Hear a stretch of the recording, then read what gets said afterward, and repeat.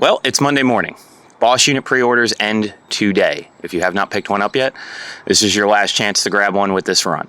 That being said, we have to talk about the shot detection module. This will streamline the installation process. So a lot of the questions have been, how's the installation? And we've been trying to tell people it's not that bad, but it is also a little complicated. But we are going to be making full installation videos with Anthony from Antec over the next 6 weeks. So by the time these units get here, we will hopefully have a guide for every type of AEG, and we are working on something for GBLS's, PTWs, and yes, gas guns, but it is a fire hazard. So for disclaimer reasons, CO2 mags and HPA mags. Okay? Okay. What is the shot detection module? So I'm going to throw some pictures up on screen and some of the videos we took last night while Anthony and I were assembling this. The shot detection module is essentially a small microchip that was made by Mark from RDX. This allows us to put a Dean's connector on each end of the chip and plug this wiring into your gun and then plug the battery into this. It's very much like an inline MOSFET from the early 2010 era of Airsoft, like the avocado burst MOSFET, if any of you remember that. What this does essentially is detect that your AEG is drawing power to cycle, and it pulls some of that power and sends it to the B.O.S.S system to tell it to cycle as well. So now we don't have to open up your gearbox and put this wiring inside. We don't have to find where it needs to be plugged in. This just gets plugged in between the battery and the gun.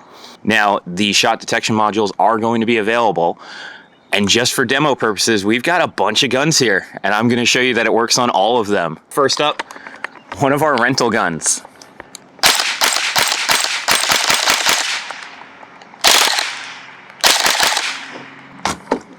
Well, that's pretty dope. An Arcturus PP19 with the clicky style trigger that Arcturus uses on all of its base model guns. This is not the upgraded one with the Perun in it.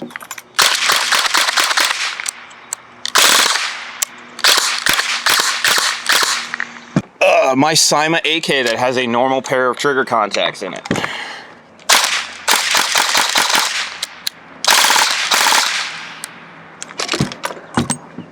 A brand new Specna Arms Edge 2.0 with a gate Aster installed.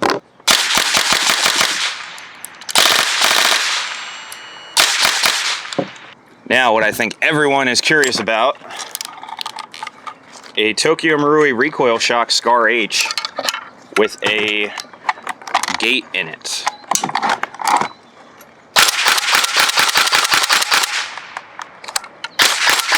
Oh, that's right, my Scar is semi-locked. Yeah, so even on an NGRS, it'll work. Okay, so what did we learn? The shot detection module is going to solve a lot of problems. There's no need to go internal on the gearbox. Now you can have this on your gun, and if you wanted to, as long as you're willing to do the work to sneak the wiring out, you could move this from gun to gun with no issue.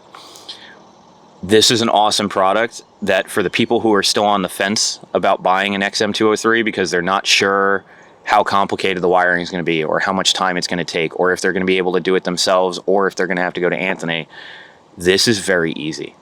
This took us about 25 minutes last night to make the chip actually work properly, and then it was just wiring it up.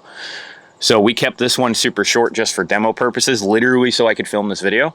But in the future, the RDX wiring is already pretty long to start, so you have plenty of room to, say, stash this in your buffer tube, and then from there run the RDX cable along the outside of your gearbox and up and out the front of the receiver. This is game-changing. Pre-orders end tonight. If you haven't gotten one and you've been on the fence about it, I highly encourage you to grab one. Now's the time. This is an awesome product. We don't know exactly when the next run of these is going to be, so if you want one, you have to get it now.